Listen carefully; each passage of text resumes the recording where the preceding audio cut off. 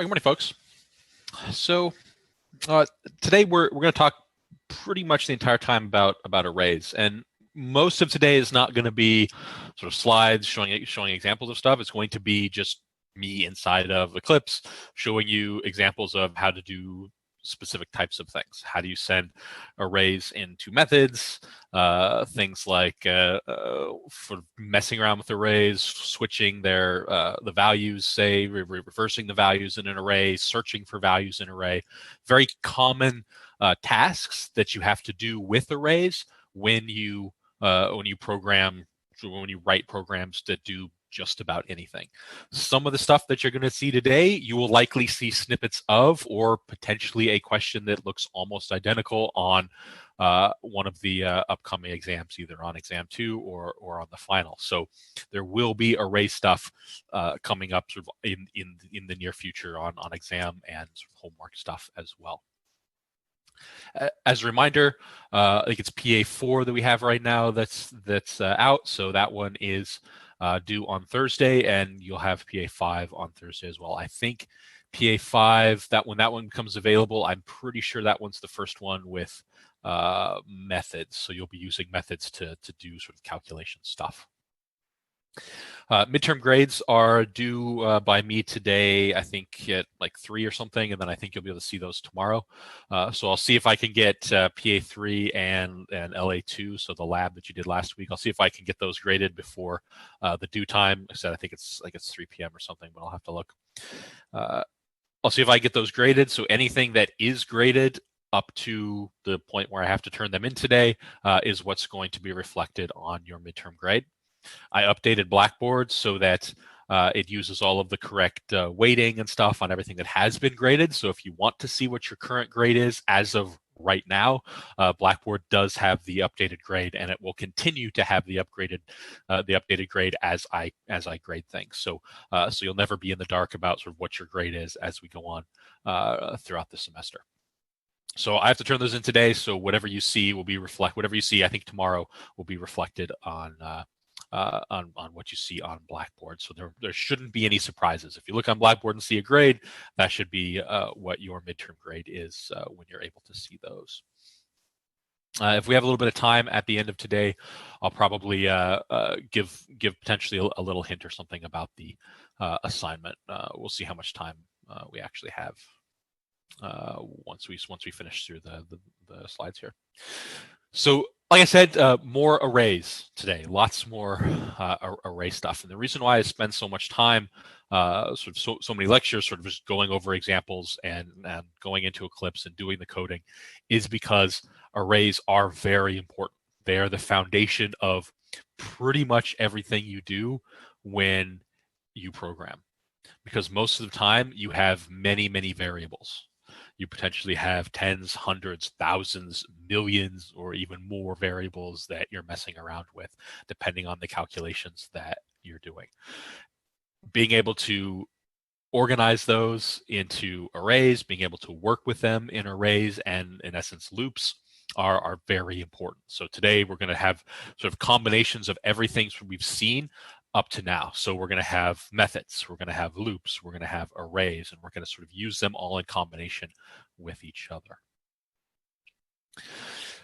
So when it comes to array elements, so these are the individual values within an array.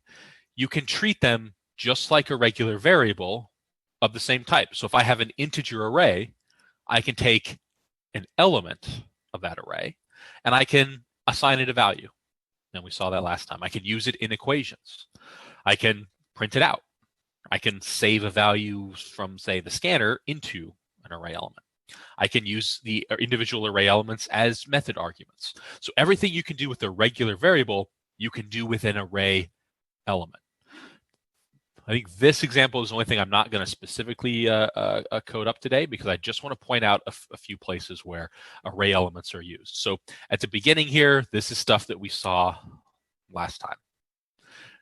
Creating an array. So remember, we have the type. So this is an integer array, the name called vals, and it's a 5-element array. So the index here, the indices that we can use, is 0 to 4. So that gives the 5 elements. We have a loop. starts at I equals 0, goes to less than the length. Remember that the length is 5. So if we use I as the index of the array, we can only go 0 to 4. So that's what this sort of the first part here of the loop does. And then we access each element of the array. So I is 0, 1, 2, 3, and 4. And we set that equal to just whatever I is squared. So it's just a square of the index. So if we look at I and we look at vals, it's 0, we'll have 0. 1, we'll have 1. 2, we'll have 4. 3 squared is 9. 4 is 16. These are our values. If you have any doubt about what an array contains, look at where it is assigned. The for loop is usually going to look something like this if you're assigning every single element. And this, just take a look at vals, in this case, vals I, so the index, and write out a little table and say, all right, what's on the right-hand side here? And do the calculation, fill out the table, and you'll be able to see what the array contains. If the array is huge, if the array is 1,000 elements, you're not going to fill out the whole table. But filling out a few elements of the table can help you understand the pattern. Okay, so the rest of this is more of the stuff that we're going to talk about today. So we have some other stuff in main. We have some other code in here. And then we also have a method. So this is outside of main, but still within the brackets of the class. So these two brackets here. Notice that the method takes 2 ints. So do something takes 2 ints. It does this a times 10 plus b, and it returns that. So whatever you put in for a, if I put in a 2 for a, that's going to be 20 plus whatever was b, say b was 3, then I'm going to get 23. That's going to get sent back. This just takes ints. It has nothing to do with an array. So this method does not take anything related to an array, but we can send it array elements because that's what the rest of this does here. So here I'm using the elements as just regular numbers. Remember from the table what these are. This is 16, this is 9, this is 1. It's just using the elements. And so you can literally just take the values from the table that we wrote and just put them in here and do the calculation. Same thing with do something, right? Vals 1 is 1, vals 3 is 9. So we can send 1 and 9 in here. We get 1 times 10 plus 9, so we get 19, and it gets returned. And so now vals 2 would be 19. So we can have vals, the index of the array on the left-hand side, and use values on the right-hand side. So there's lots of stuff that you can do with these. Treat the individual index, so an individual element of the array, treat it like a regular value. In this case, they're ints, but you might make a double array, or you might make a character array, or whatever type of array you're making. Treat them as individual values of whatever the type happens to be. So we're going to work with a bunch of this stuff today, but this sort of encompasses the usage of array elements and the stuff that you're going to see me talking about as I go through and do some of the programming stuff today. So we're going to start with, yes, I thought another example here. Yeah, okay. All right, so you can pass arrays as method arguments. The parameter list looks a little different. So we are going to do some of this today as well. Think of something like this. If I have something like this in my code, it is an int array because I have the square brackets. So it is not an int. It's an integer array. So they are totally different. So if I write a method that takes an int, I cannot send an array into that method. If I write a method that takes an integer array, I can't send just one int into that method. So the type itself does include the brackets. So they are different. That's something to consider when you're writing a method. Do you want this to take an array, or do you need this to take individual values? The other complication that sort of comes with using arrays with methods is that any changes made to the array within your method do affect the array everywhere else in your code. This is different than when we just sent in integers or doubles or characters or whatever other types we sort of talked about before when we talked about methods. Arrays are passed by reference. So we talked about this just briefly. We said regular values like ints and doubles, they're passed by value. So there's a copy that's made. You have sort of a second copy of that double, and then you just mess around with the copy in the method, and when the method's done, the copy disappears. Arrays are not that way. Arrays are passed by reference. In fact, in Java, all objects, which is what an array is, all objects are passed by reference. When we get to some of the sort of OOP stuff in the near future, we'll talk more about exactly what an object is. The point here is that arrays are passed by reference, not by value. There is no copy of the array that is made. There is one array that exists in your RAM. Any change you make to that array happens to that one array. So anywhere else in your code, you only access that one. There is no copy. And when you sort of think about it, it makes sense not to have a copy. What if I had a huge array? Every time I send it into a method, I don't want the computer to have to make a copy of that array, filling up more of my RAM and taking more time to do. So for individual values, it's fine because it's quick to make a copy, and typically you're not going to have thousands of variables going into a method individually. But for an array, your array might be huge. Your array could be megabytes and gigabytes in size. And if you're calling methods constantly with these arrays, making a copy is going to take time and more resources. So I am going to So I'm going to code this one up, and we're actually going to add to it. So we're going to add to it a couple of times. I want to point out a couple of features before I flip over to Eclipse. So in main, so we have the stuff in main here. We just have a little bit of user input, but I'm inputting into an array. So we're going to talk about that. So I have my scanner, I create a 6-element array, and then I do some loop stuff. And then I write a method. So in this case, I call this method print array. So we will need to write that. And that's just going to print each of the elements of the array. So rather than, for this case, it's 6 integers, enter 6 values. Rather than actually writing code to take in 6 values individually, I put them into an array. I know that some folks on some of the previous assignments have already done this sort of thing, read values into an array. This is a perfectly reasonable way to read in the values we've been messing with on the homework, like read in 5 values and find the average and the sum and all that kind of stuff. This is a perfectly fine way to do it. So we're going to flip over to Eclipse. I'm going to code this up, and then we're going to make another method, and that method is going to do some other stuff. And we're going to add it to this code. So we're going to modify this code a couple of times. Actually, I think twice. So we're going to write the original one and then add to it and then add to it again. So sort of your normal process for writing code. Add a feature, move some stuff around, rewrite some stuff, that sort of thing.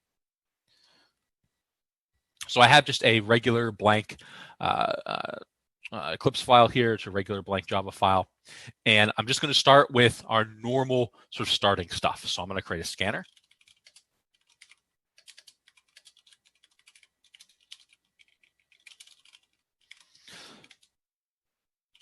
So I have our normal starting things. Of course, I have the error that pops up. If I just hover my mouse over and then don't click or anything, then I can see import scanner from Java util. And that one pops up. And so now I'm good for the scanner. Now I'm going to create the array. So remember how to create an array. Pick what type you want. So I want ints this time. And I'm going to put the brackets. So this is an integer array, and I'm going to call it my array. And this is going to equal a new integer array and I put the size in the brackets. So let's make this 6 in size. So again, that's index 0 through 5. So that is something to think about. All right, so if I ran this program right now, it would set aside literally 6 integers worth of space in RAM. And then, of course, the program would end. So let's print out something like we would do in the homework. So I'm going to say enter 6 ints.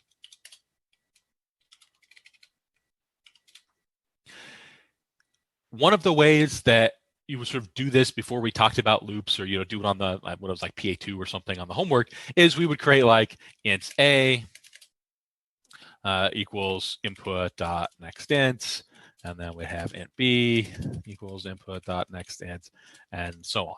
So then we'd have 6 of them, and then we'd be able to sort of work out how we want this to go, how we would print these out afterwards, and all that kind of stuff. This works. But what if I change the size of the array? What if I want 7 now? Well, then I got to go in and I got to add another variable in here. And then anything I do with that variable, I need to go change stuff. So this isn't very scalable. If I want this to, if I want to change the number of values that I want to put in, there's more code that I have to mess with.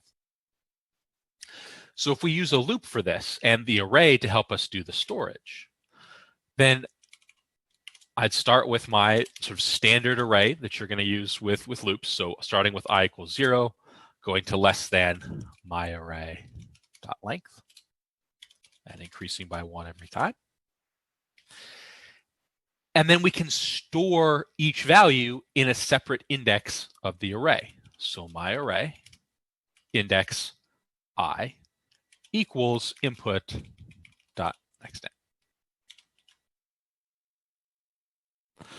So I goes up every time. So we start at I0, I type in a number, I press enter, now it goes to I1. Because remember, we wait at next int. So we're going to sit there and wait until you type in a number. So you type in 5, press enter, we go to the next one, which increases I. So we get 0 to 5, because my array.length is 6. So we go 0 to less than 6, and we fill up that entire array. So rather than storing 6 separate values that we have, A, B, C, D, E, and F, we have one array with 6 indices, 0 through 5. Now let's say we want to print this array out. So let's make a separate method. So we start with the public static. And this isn't going to return anything. It's always worth thinking about when you write a method. Does this actually give us something back? Is it doing a calculation? Is it giving me something that I'm going to use, say, back in main? This one's not. It's just going to print out the array. So we're going to say public static void print array. We'll think about what needs to go in here in just a moment. We will need an input. We need to think about what that is.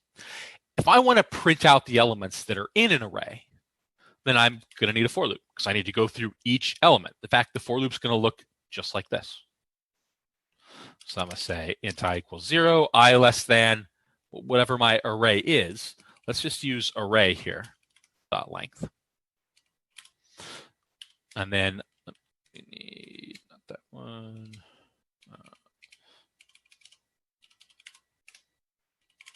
It's going to give me some trouble with the autocomplete because I don't actually have a variable called array yet. That's something that we need to think about. And then I can do whatever printing I need to do here. So I can do a system out printf, and then I can fill in what this actually needs to be.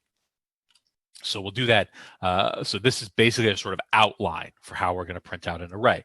But I need an array to do this. I need an array for the array.length, and I'm going to need elements of the array to actually print out. So that gives us a hint about what we need for the parameter here. This needs to be an integer array. That's the type. So I need an int array. That's what I need to come in, and I'm going to call this array. Now you may wonder, let me go back to here, pull up my annotation. Now you may wonder, well, this is called my array. Shouldn't I call this my array as well? You don't have to. These are what's called the parameter names, the thing you use for the actual name here. This is what's known as a dummy name or a dummy argument.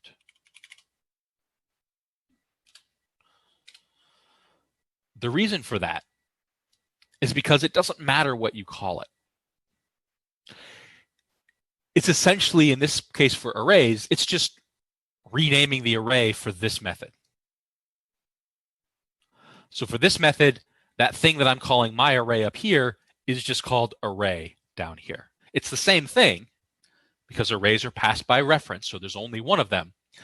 It just uses a different name in this method than it uses in this method. And so it doesn't matter what you call it. So typically the name for this is just a dummy name or dummy argument. The same goes for regular values as well. If I send just a single int, I can name it whatever I want in a different method. When I go back to main, then that array is still called my array. So I'm not actually changing the name in any way. I'm just using it under a different name in the method itself. For printing it out, I would need something like a %d, and maybe I'll put a space or something so it prints out all on one line. And then for the argument, I would use array I. So the first time through, it would be array 0, and then array 1, and array 2, and so on. And once it prints them all out, then print array is done. Now, if I run this right now, it's not going to run print array. I could enter 6 ints, and the program's done. When you write a method, remember you have to call it, because we can call methods many, many times. So I could say print array, and I could send in my array. The key here, remember, is that the types have to match. My array is an int brackets. This takes an int brackets, so it takes an integer array. So this is fine here. I just had to make sure that the types are correct. I have a void return type, so I don't need anything here at all.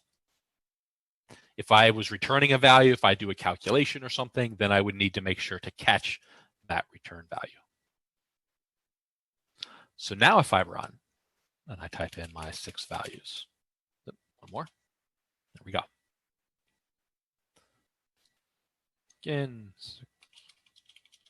and I can put them all in the same line, or I can put them all with returns in between. It still follows that same sort of white space rule that we talked about before. So then this prints them all out. And if I wanted to, I could call print array again. It's not quite going to give me maybe what you expect if I do it twice.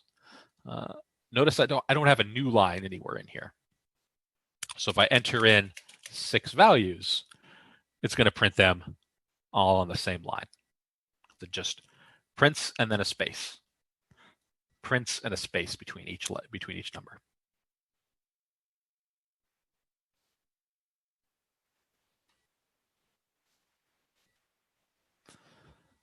All right. Is there any questions on this one? Because we're going to be adding to this. We're going to be doing some different stuff with this here in just a moment. So is there any questions on this?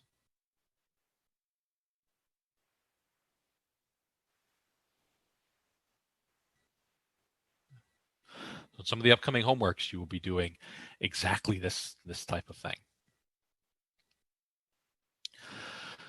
All right, so let's actually, I'm going to keep the print array. I'm just going to have one print array in here. But print array prints out the array. What about this stuff here? Maybe I can put this into a method. This is something that you'll come across when you're potentially writing your own code. You'll say, okay, I have some sort of piece of code here that does one specific thing. The only thing that this code does is reads elements, 6 elements in this case, into an array. Could you put that into a method? Absolutely.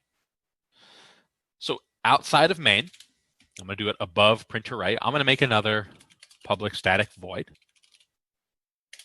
And I'm going to call this fill array. So we're going to call this method to get the values of the array. and then call print array to print it out. We will need some parameters in here. One that you can probably guess will be the array itself, what we've done before. But we're going to need something else as well, and we'll put that in a second once we realize sort of realize what it is. So this code, the code that I have highlighted, can go in here. I can just copy and paste it in. Now I've called it my array. The name is no longer my array, it's array. So there are probably some changes you would have to do if you did this to make it so it matches up with the array parameter. It's close, but I still get an error. It doesn't know what input is. Because remember scope, I created it out here. So it only exists between the brackets of main. Doesn't exist inside of fill array. The standard convention to deal with this is to make it a parameter, like this. So now fill array takes an array, and it takes a scanner. We haven't done this with scanner before. The scanner's dummy name here is S. So instead of input, I can put S. And now it works. Now there's no errors anyway. And then I need to call fill array. The first parameter needs to be the array itself. So that's my array here in main. And the second needs to be a scanner. The same rules apply. Input is a scanner. S is a scanner. So input can be put as the second argument because input is a scanner and the second argument accepts a scanner.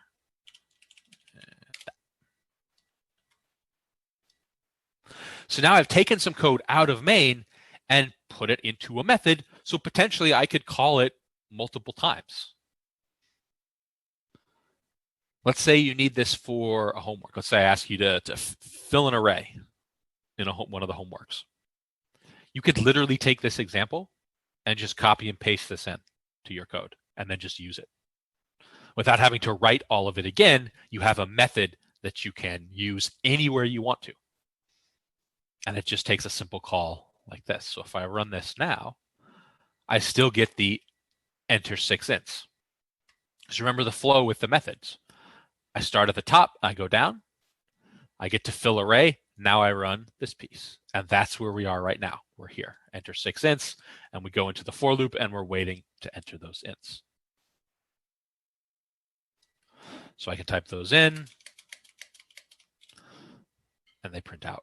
So it saved it in the array. It called print array and printed them. If I wanted to do this twice, I could. I could take this right here. I could do it again. So something like this. The new line stuff is probably off because it's something that I didn't mess with at all. So notice that right after it prints out the first set of numbers, it immediately says enter 6 ints again. And there's my set that got printed out again. So this gives you a lot of power in terms of taking some code, putting it into a method. You can send arrays in, you can send scanners in. And this illustrates one of the topics that I just talked about in the slides before we started the example. I created the array out here. I created the array in main. I sent it into fill array. I filled the array up with values, but I didn't return the array. I returned nothing. And yet when I print, it still printed out the correct values in the array. That's the pass by reference. That's the process and what happens when you pass by reference. When I created my array in memory, there's only one of them. And so if I change that one array in a method, other methods reflect that change. They can see that change. So if you ever have a question as to, I don't understand why this works, how can I set the value in an array and then, or set the value in a method and then see that value elsewhere? because it's not pass by value. It's not like for regular ints, regular doubles, regular chars, those sorts of types. But for arrays and any other types of objects, scanner's an object as well. It actually follows the same rule. But arrays are sort of the first one we come across that sort of show this rule to you. So that is my fill array. So is there any questions on this so far? Because we're going to add a little bit more to it as well. We're going to add one more step in here.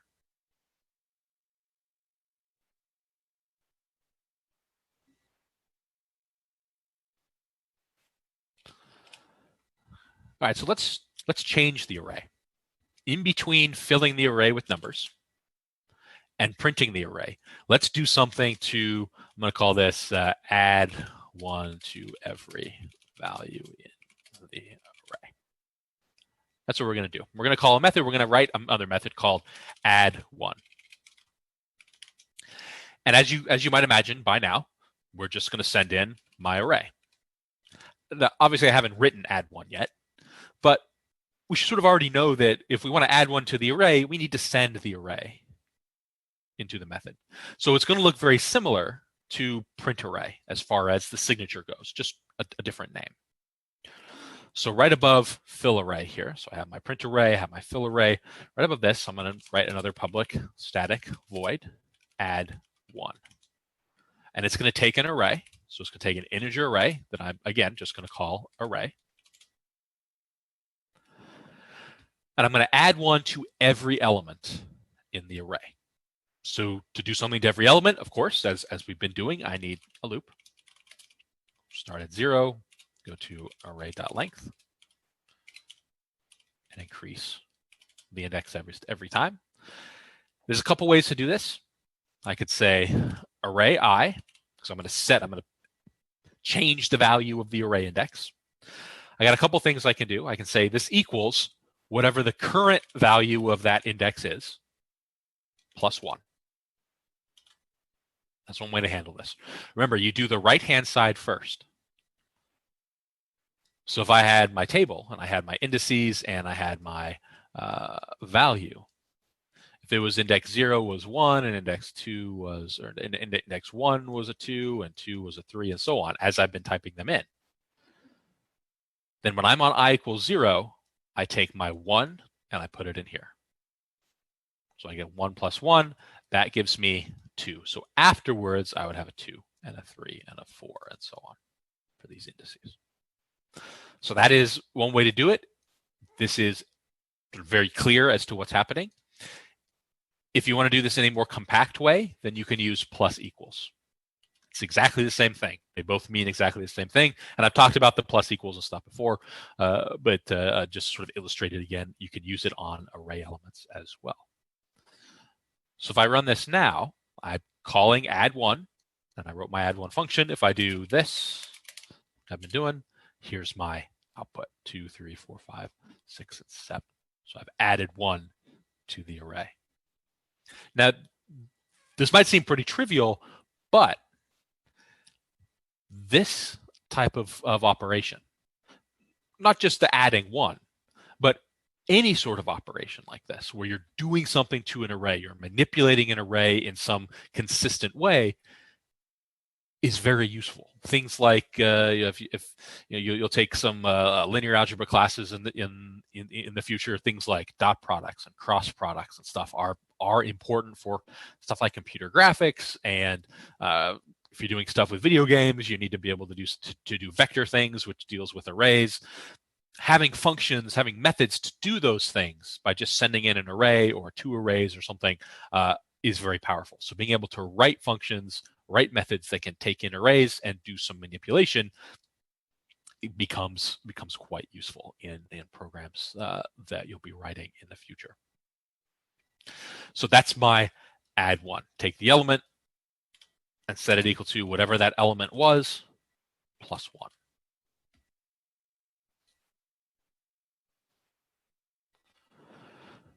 All right, so questions? Any questions on methods? Questions on the array stuff that we did? because we're going to go on to, I think, if I remember correctly, some more sort of array manipulation type stuff rather than just sort of printing and looping through the arrays. So any questions so far?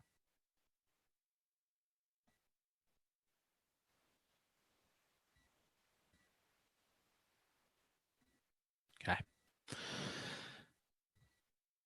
So the next one that I want to do, and there's sort of a few slides with this stuff as well. So this is adding the fill array, and then we have sort of a thing here mentioning the sort of add one, where we wrote the add one method.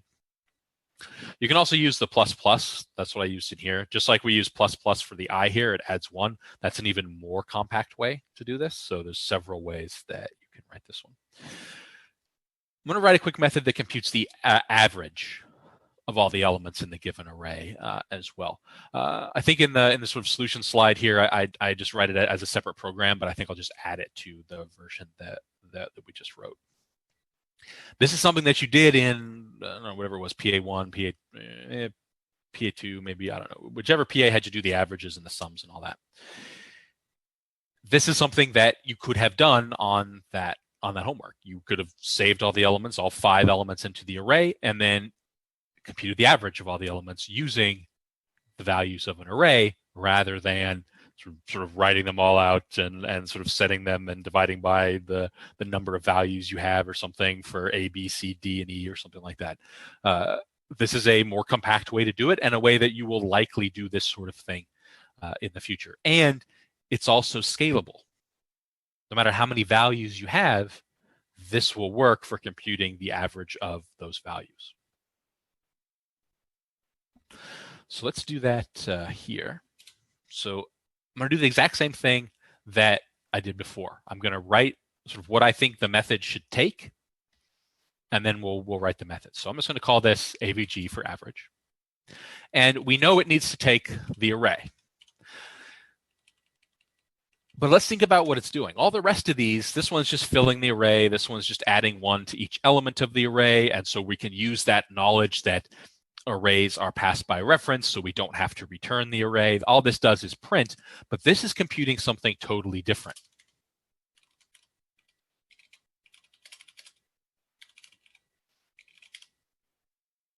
Do something totally different for us. It's going to need to return the average.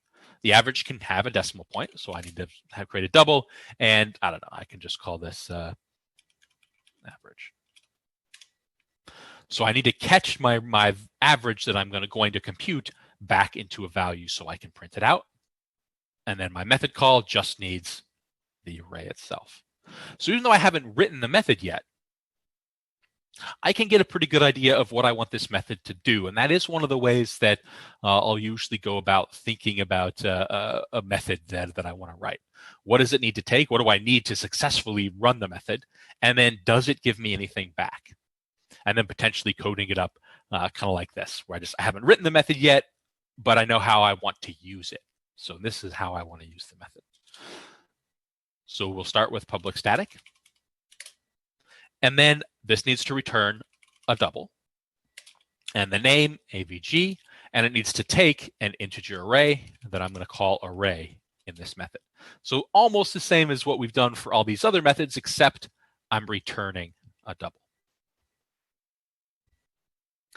All right, so now we have to think about what is the average? How are we going to do that calculation? Remember that the average is just the sum divided by the number of values.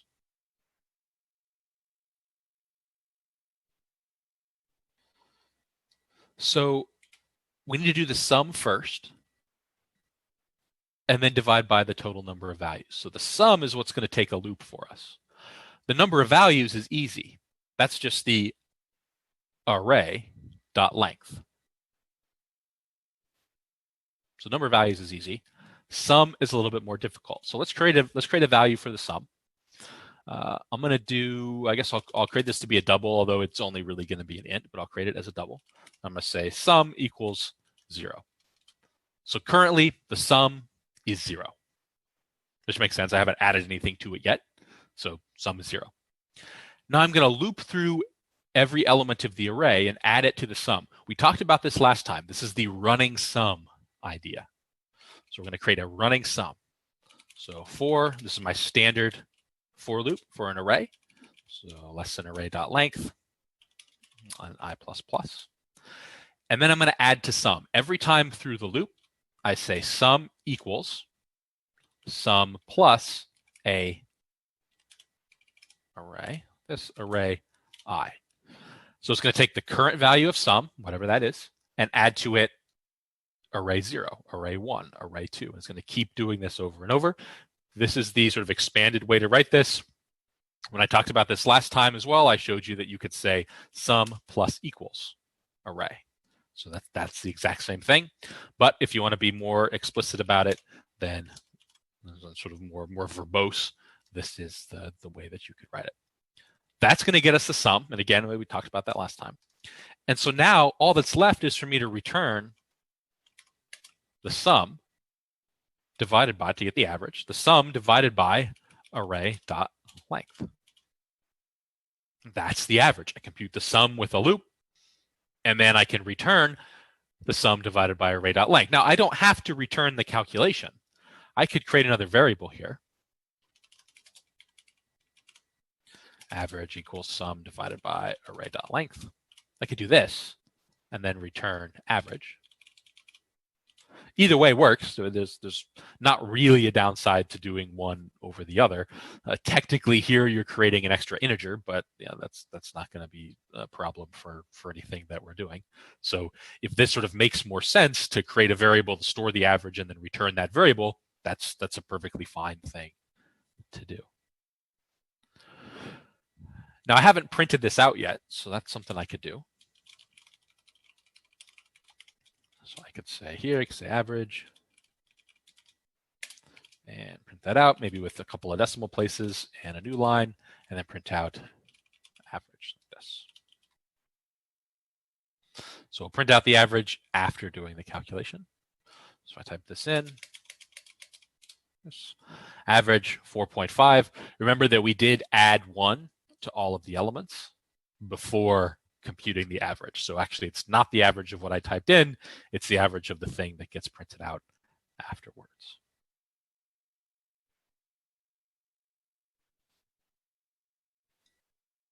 So that's the average method, and that's something that you could have done. And there were some people that did do this in the homework, where you were computing the sums and averages of the positive numbers and the non-positive numbers and all of that. All right, so any questions on the average method?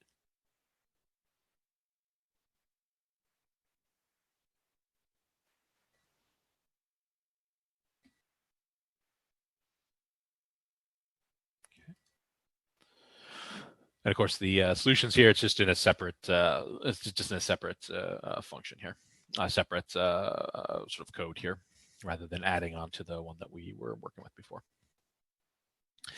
Okay, so I'm not gonna code this one up specifically for you guys, but it is a little bit more of a challenge. So write a method that finds the maximum and the minimum values within an array.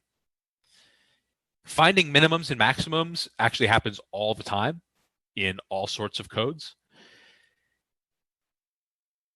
It's not hard to do, but it does take a little bit of thought, especially to do both of them in the same method, for instance.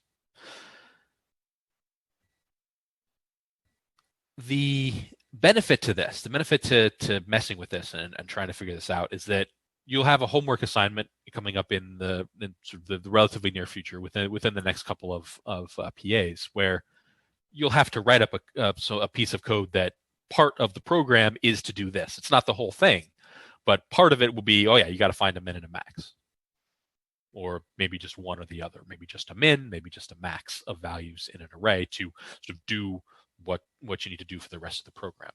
So if you mess around with this now, figure this out, then you'll just be able to literally copy and paste that method that you write into the homework assignment.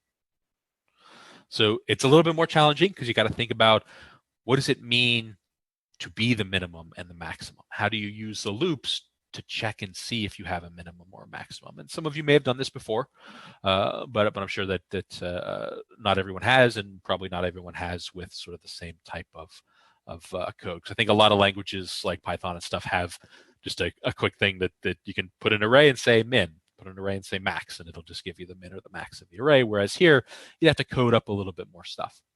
So if you do take this on and you do mess around with this, try it with just a few values first. Think about how do you, if you had values A, B, and C, and this is something that we've done in class before, how do you find the minimum and the maximum of these three values?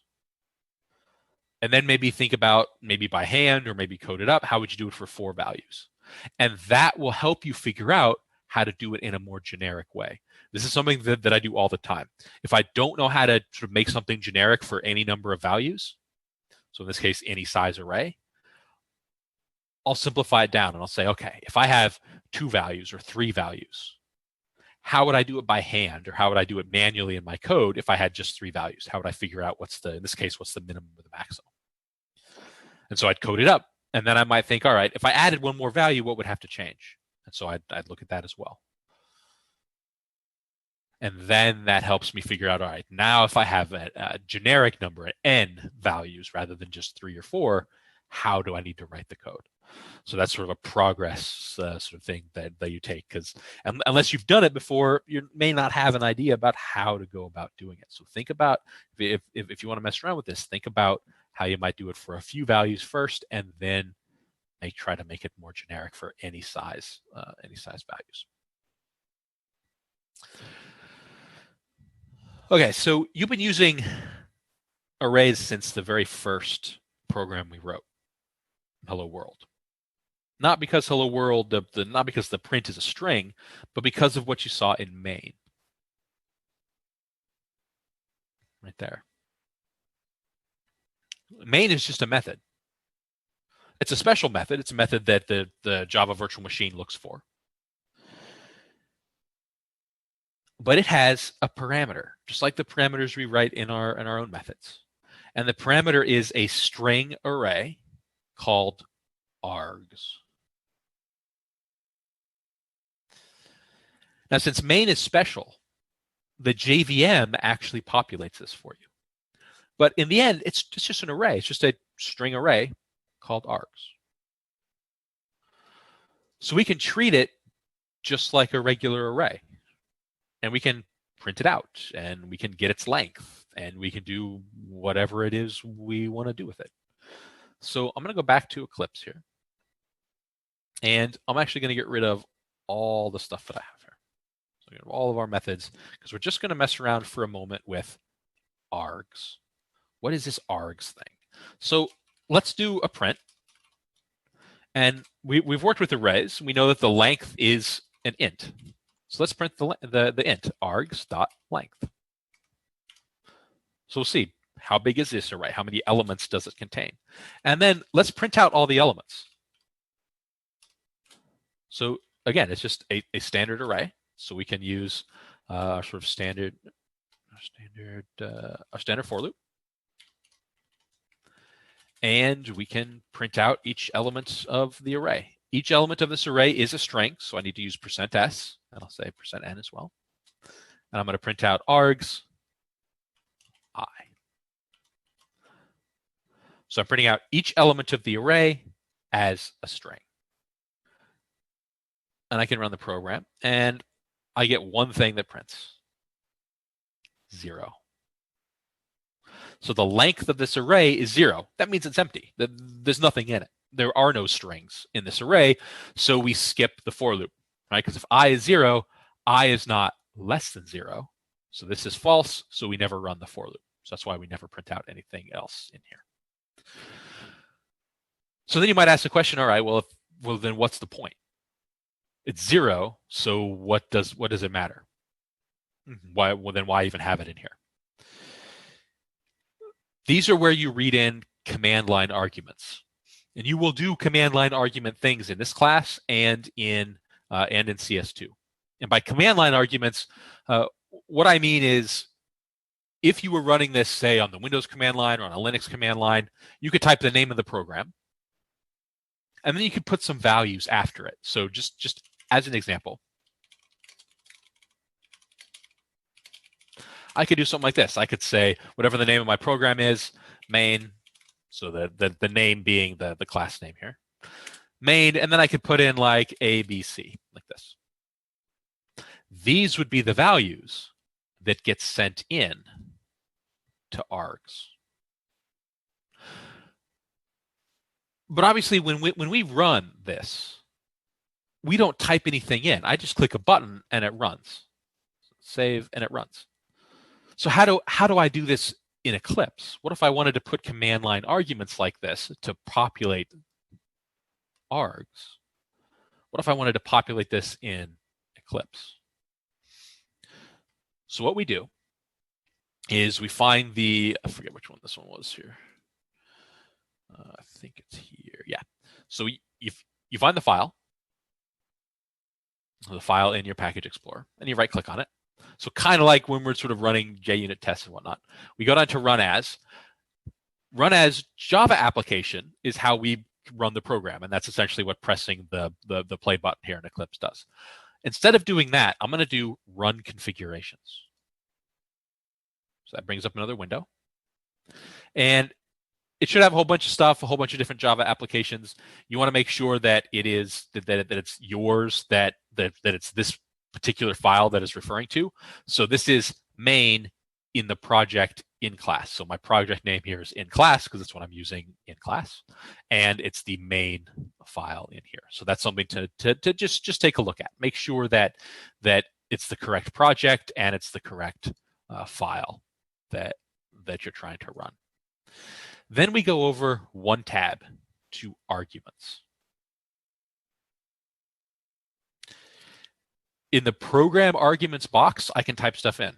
ABC, 1, 2, 3. So I'm going to apply that. So I typed in some stuff in the program arguments. If I say run now the number of values in this string array is 6. ABC, 1, 2, 3. That's how you populate the args array that comes into main. So again, I right-clicked on the file. I went down to run as, run configurations. I made sure that it was the project in class and the appropriate file. And then I said arguments, and I could fill in the arguments in here. So if you want to populate that array, this is how you do it. And there will be homeworks where you sort of populate that array.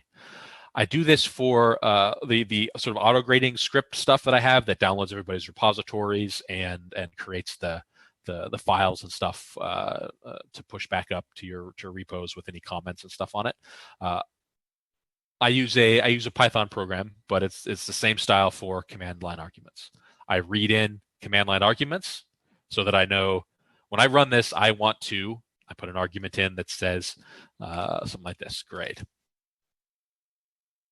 So I want a grade. And so I run the program with this grade argument, and it reads it in, and it does the appropriate calculation. So this is something that you will be messing with on I think one of the future assignments you'll do some command line argument stuff. So I'll remind you of this when we get to that point. But that array that you see coming into main is filled in Eclipse in this program arguments area. If I delete the arguments here and run, now it's back to 0. So that's where this comes from. That's what this array thing is. So is there any questions on that?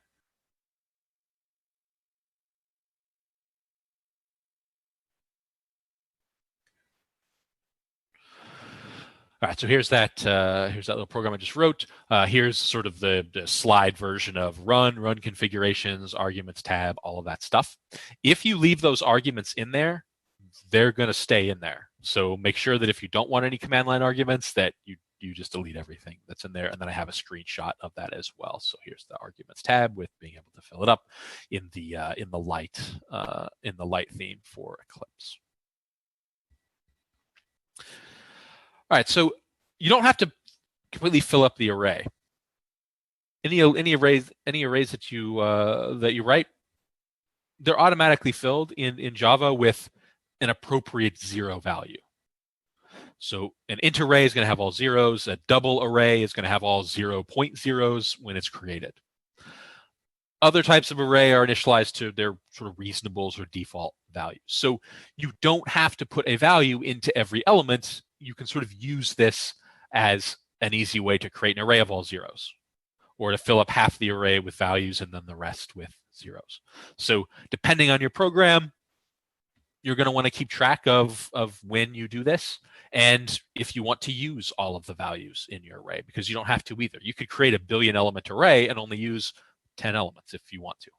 That's it's sort of a waste of memory, but you could do something like that. So you don't always have to write your for loops, for example, to loop through the entire array if you don't have a reason to, if your program doesn't call for it, or if you're not using all of the elements in the array. So there's nothing sort of necessarily inherently wrong with doing that. Sometimes you're going to want to search an array for a particular value or a particular target or something. So you might look through every element in that array and then return the index of a matching element. Maybe if no elements match, then you might just return an invalid index, like a -1 or something. I commonly have this question on an exam, on the final, on exam 2, something like that, where some of the code you'll have to write is searching an array, or you'd have to interpret what happens with a certain searching array code and what value you would get back depending on what the input is. So I commonly have something like this in there in an exam. So we are going to write something like this up to search through an array. That's all right. We're going to need a scanner because we're going to ask the user, what do you want to search for? So we need to get some input. So we're creating our new scanner. And of course, I need to make sure to import the scanner. And then I'm going to create an integer array, and I'm going to call it values. And this is going to just be, rather than setting each individual value, I'm just going to use that bracket notation. So we saw this last time as well. And I'm just going to throw a bunch of values in there, seemingly sort of random or something, something like this. And I'm going to specifically put in this 1 here twice, and then it doesn't really matter how many values I put into this. So it's just sort of some seemingly random numbers here, nothing too important. Now we're going to ask the user. We're going to ask the user to enter a value to search for.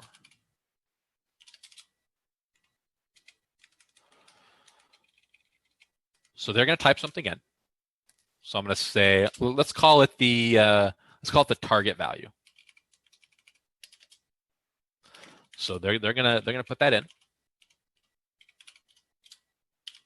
and then we're going to search the array for this. I'm going to put the array search in a separate method, because you could imagine wanting to call this multiple times, not wanting to copy and paste the code, but just do the call multiple times. So let's think about the method.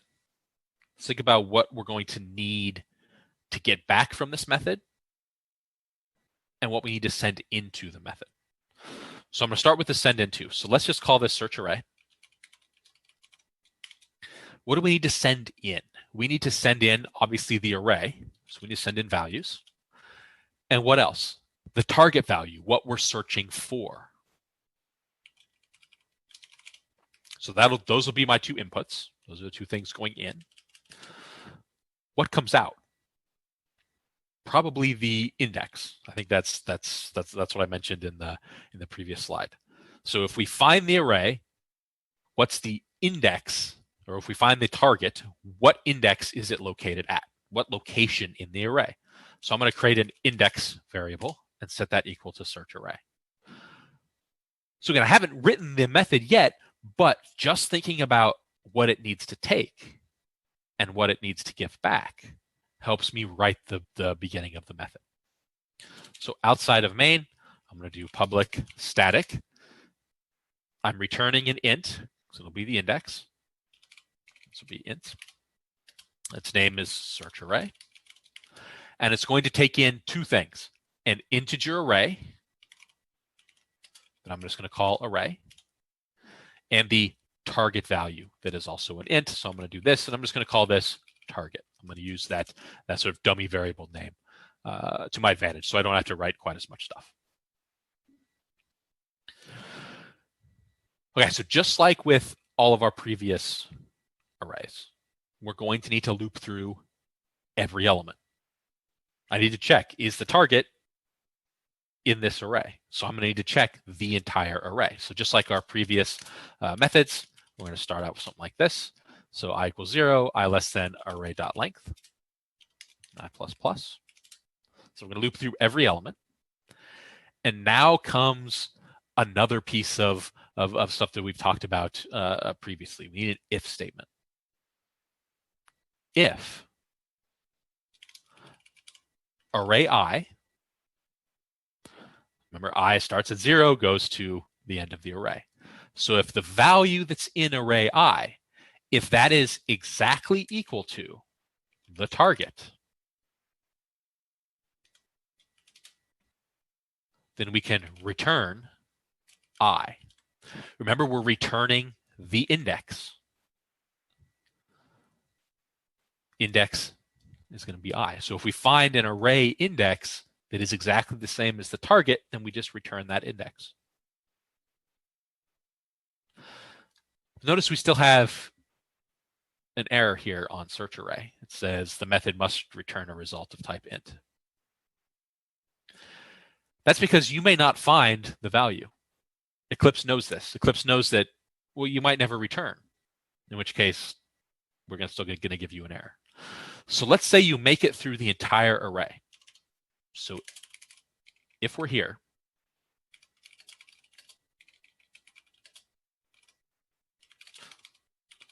we've looked through the entire array and didn't find the target because we've gone through the whole loop and we never returned. We never satisfied this condition. So what should we do? Well, we return, say, a -1, something that is not a valid index. We're never going to have an index of -1. We can have an index of 0 and of 1 and of 2, and depending on how long the array is, we can have an index of a very large value as well. But we'll never have a negative index. So a -1 here is a reasonable thing to send back.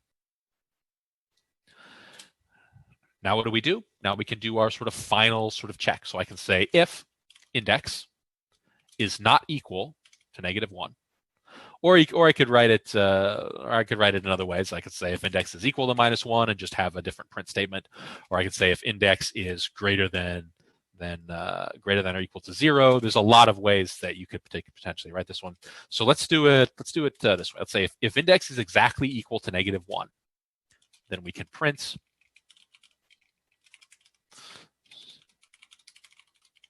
We can print out, I don't know, target not found.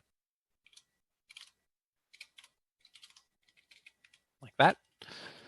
Otherwise, I can do a print that says target found at index and print out a %d and a new line and then print index.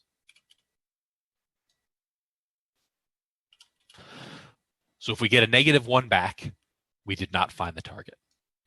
Otherwise, I print out the index, it's the value that I got, and I say this is where the target was.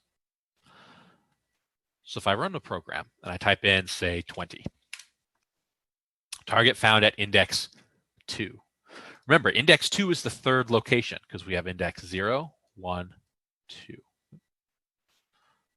0, 1, 2, 3, 4, 5, 6, 7, and So those are my indices. If I run this again, let's say I type in, I don't know, 2.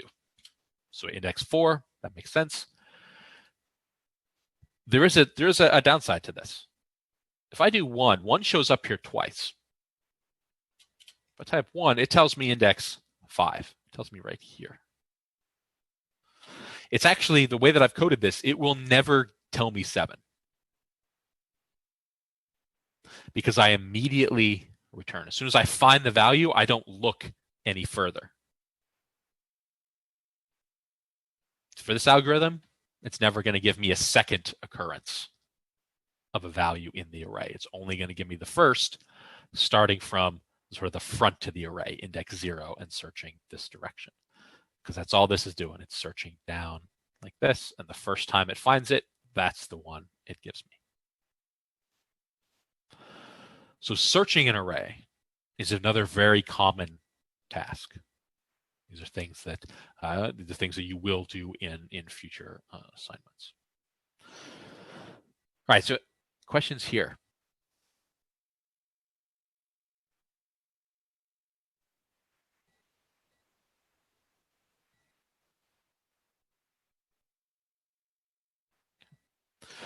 All right, so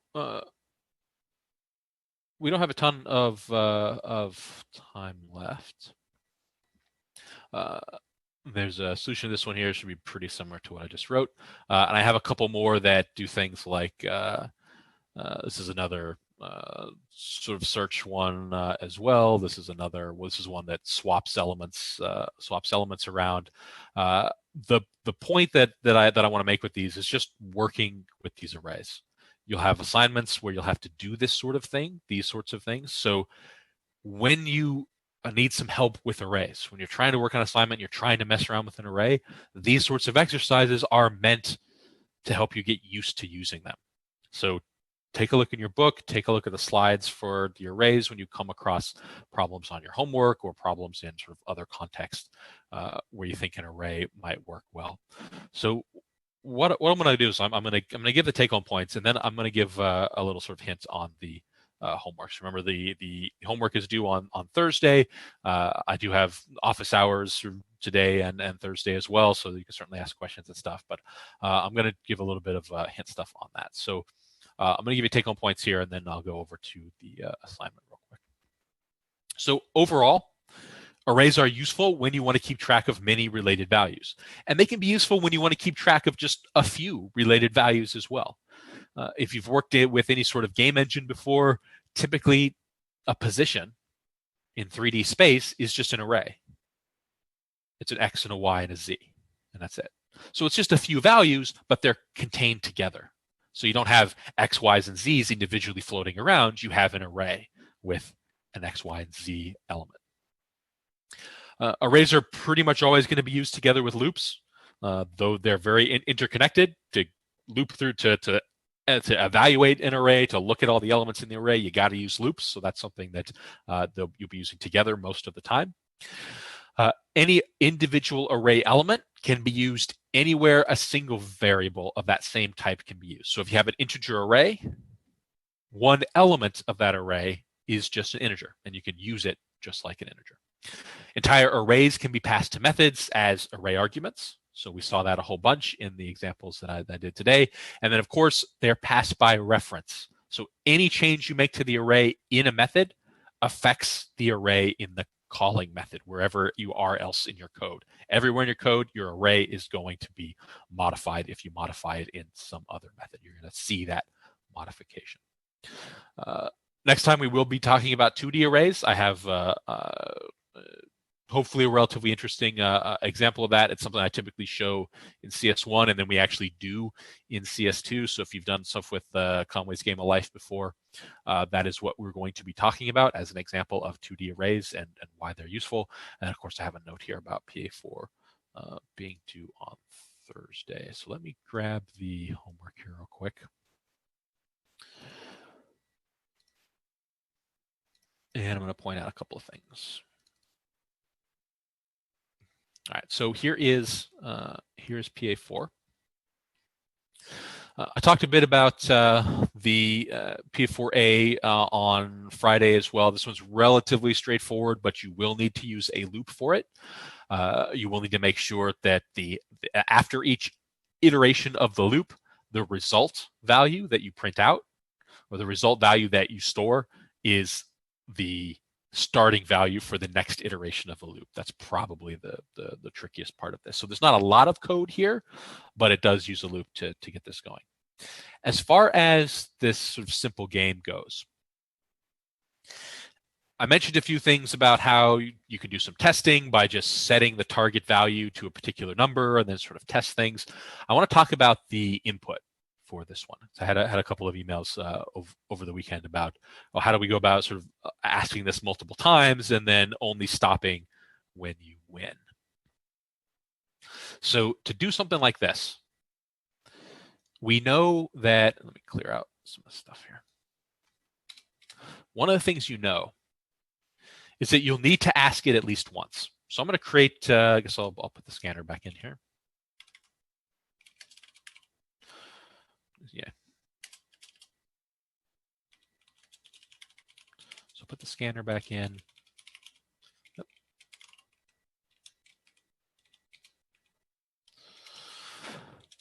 And I'm just going to create a variable here. Obviously, there's all the random number stuff in the actual starter code itself, but I'm just going to create a number called target, and I'm going to set it equal to 10, say.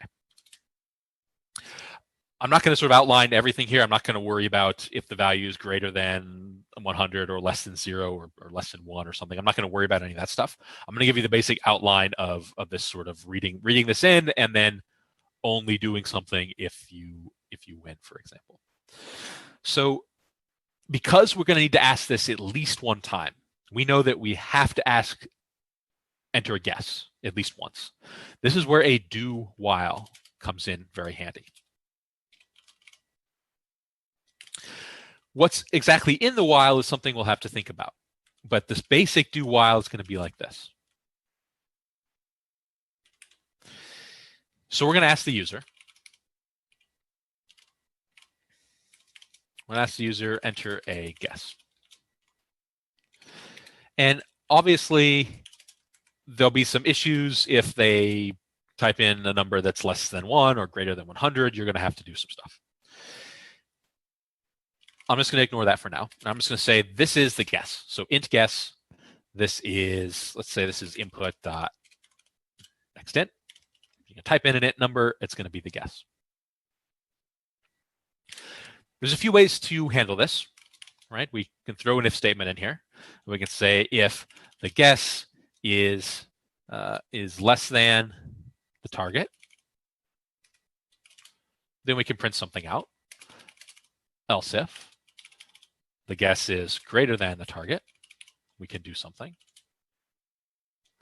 And maybe else, what's the only option for else? It's going to be you win, right?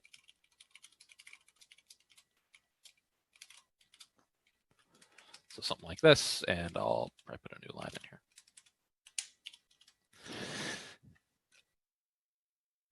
So this is very basic, and it's going to run at least once, but then what do you put in the while?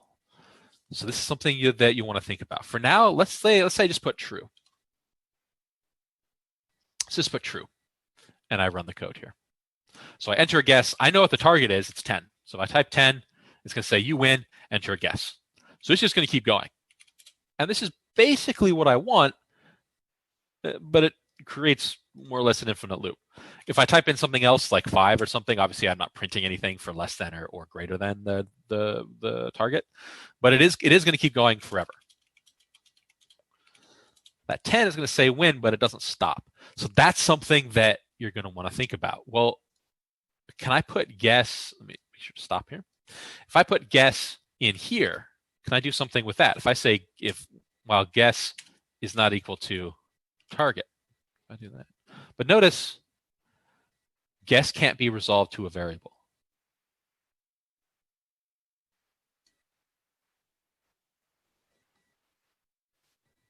Because I've created guess inside of the do while loop. I've created the variable inside.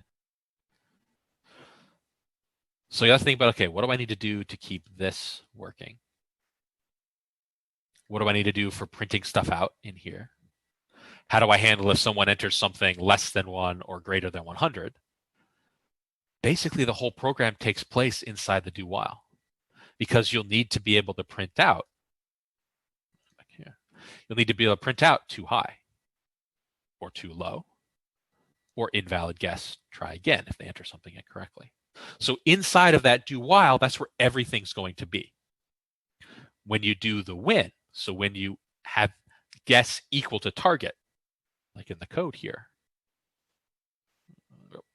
like in the code, that's when you want to be able to stop. And there's a couple ways to do it. One of them, they could be related to the while here like this.